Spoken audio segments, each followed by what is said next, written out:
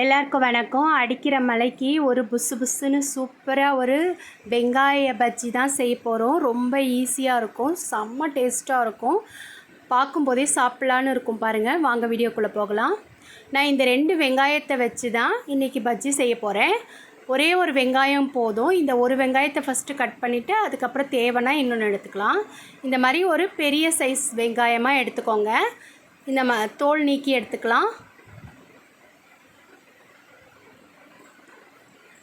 வாழைக்காக்கெல்லாம் தேடிட்டு போக வேண்டிய நம்ம வீட்டில் வெங்காயம் இருக்கும் பாருங்கள். அந்த வெங்காயத்தை இந்த மாதிரி தோல் நீக்கிட்டு இந்த மாதிரி மெலிசாக கட் பண்ணி எடுத்துக்கோங்க. உங்களால் எந்த அளவுக்கு மெலிசாக கட் பண்ண முடியுமோ அந்த அளவுக்கு கட் பண்ணிக்கோங்க. கனமாக இருந்தாலும் தப்பு இல்லை, பரவாயில்லை. முடிஞ்ச அளவுக்கு கட் பண்ணி எடுத்துக்கோங்க. இப்போ எல்லாத்தையும் கட் பண்ணி எடுத்துகிட்டு வந்துடலாம். இப்போ எல்லாத்தையும் கட் பண்ணி எடுத்துகிட்டு வந்துட்டேன். ஒரே ஒரு வெங்காயம் தான் நான் கட் பண்ணியிருக்கேன், பார்த்துக்கோங்க. அதுக்கு இத்தனை பஜ்ஜி வந்திருக்கு, இத்தனை வெங்காயங்கள் வந்திருக்கு. இப்போ மாவு பார்க்கலாம். இப்போ நான் ஒரே ஒரு கப் அளவுக்கு கடலை மாவு எடுத்திருக்கேன். கடையில் வாங்கின கடலை மாவு தான், பேக்கெட் மாவு. வீட்டில் அரைச்சதாக இருந்தாலும் பரவாயில்லை. ஒரு கப் அளவுக்கு கடலை மாவு எடுத்துக்கலாம். இந்த கடலை மாவுக்கு கூட நம்ம அரிசி மாவு சேர்க்கும்போது தான் பஜ்ஜி நல்லா வரும். அதனால் அரிசி மாவு, இடியாப்ப மாவு இருக்கும் இல்லையா, அது 1 ஸ்பூன் அளவுக்கு அரிசி மாவு சேர்த்துக்கோங்க. குவான்டிட்டிக்கு தகுந்தாப்பில் நீங்கள் கூட குறைச்சி போட்டுக்கோங்க. நான் 1 கப் அளவுக்கு கரெக்டாக குவான்டிட்டி சொல்கிறேன். சிகப்பு மிளகாய் தூள் 1 ஸ்பூன் சேர்த்துக்கலாம்.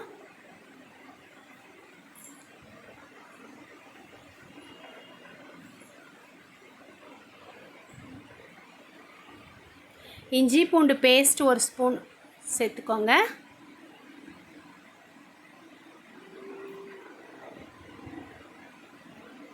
பெருங்காயம் 1 சிட்டிகை.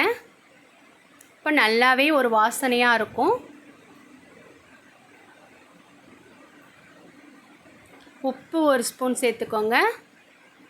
கூடவே இட்லி சோடா மாவு இருக்கும் இல்லையா, அந்த இட்லி சோடா மாவு ஒரு 2 சிட்டிகை சேர்த்துக்கோங்க போதும். இட்லி சோடா மாவு கண்டிப்பாக சேர்க்கணும். இதில் சேர்க்கல, ஸ்கிப் ஆயிடுச்சு. நீங்கள் கண்டிப்பாக சேர்த்துக்கோங்க.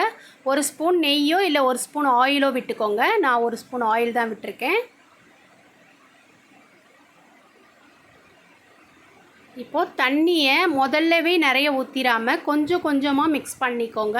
ஏன்னா கட்டியான பதத்தில் இருக்கணும் பஜ்ஜி மாவு. அதனால தான் நமக்கு ஒரு தோசை மாவு பக்குவத்துக்கு மிக்ஸ் பண்ணிக்கோங்க. தண்ணி அவசரப்பட்டு நிறைய ஊற்றிடாதீங்க, மெதுவாக மிக்ஸ் பண்ணிக்கலாம். அப்போ நம்ம மிக்ஸ் பண்ணும்போதும் கட்டிகள் படாமல் ஈஸியாகவும் இருக்கும். ஃபஸ்ட்டே தண்ணி நிறைய சேர்த்துட்டோன்னா நமக்கு சாஃப்டாக வராது, கொஞ்சம் கட்டியாக வரும். இது மாதிரி மெதுவாக சேர்த்துக்கோங்க.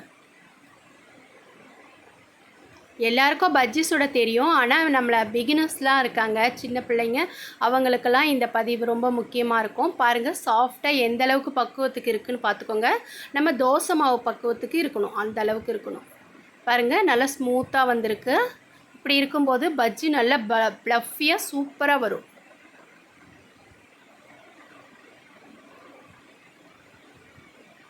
நம்ம சேர்த்துருக்கிற பொருட்களெல்லாம் அதே பக்குவத்துக்கு அதே அளவில் சேர்த்துக்கோங்க. அதிக அளவெடுத்தால் அதிகமாக சேர்த்துக்கோங்க.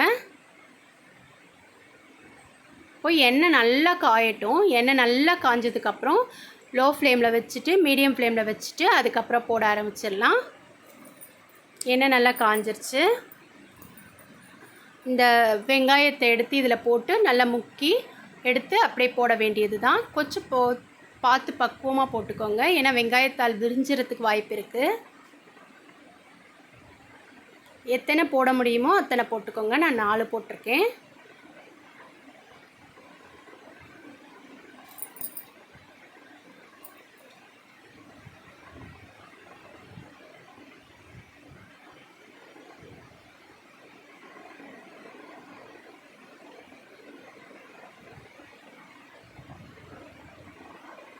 ரொம்ப ஈஸி. இந்த மழைக்கு நம்ம கடைக்கு போய் வாங்க வேண்டியதில்லை.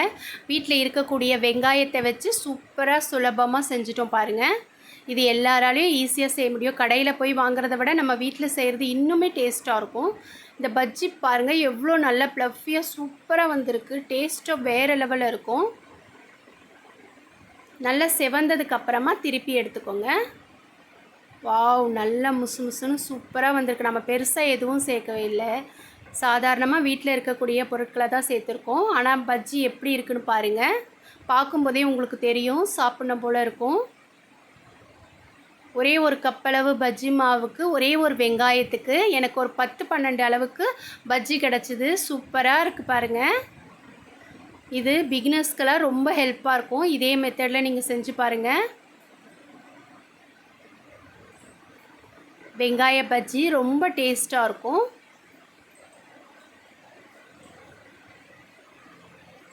கடையில் கூட இந்த அளவுக்கு ப்ளஃபியாக கிடைக்காது.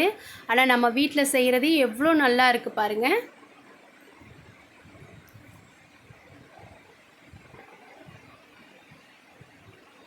அவ்வளோதான். ஒரு தேங்காய் சட்னி செஞ்சுட்டோன்னா சூப்பரான டேஸ்ட்டான பஜ்ஜி ரெடி. பாருங்கள், உங்களுக்கே தெரியும் பார்க்கும்போதே எவ்வளோ நல்லா ப்ளஃபியாக சாஃப்டாக டேஸ்ட்டாக இருக்குது. எல்லோரும் ஒரு முறை ட்ரை பண்ணி பாருங்கள். இதை நான் கட் பண்ணி காட்டுறேன் பாருங்கள், எப்படி இருக்குது உங்களுக்கே தெரியும்.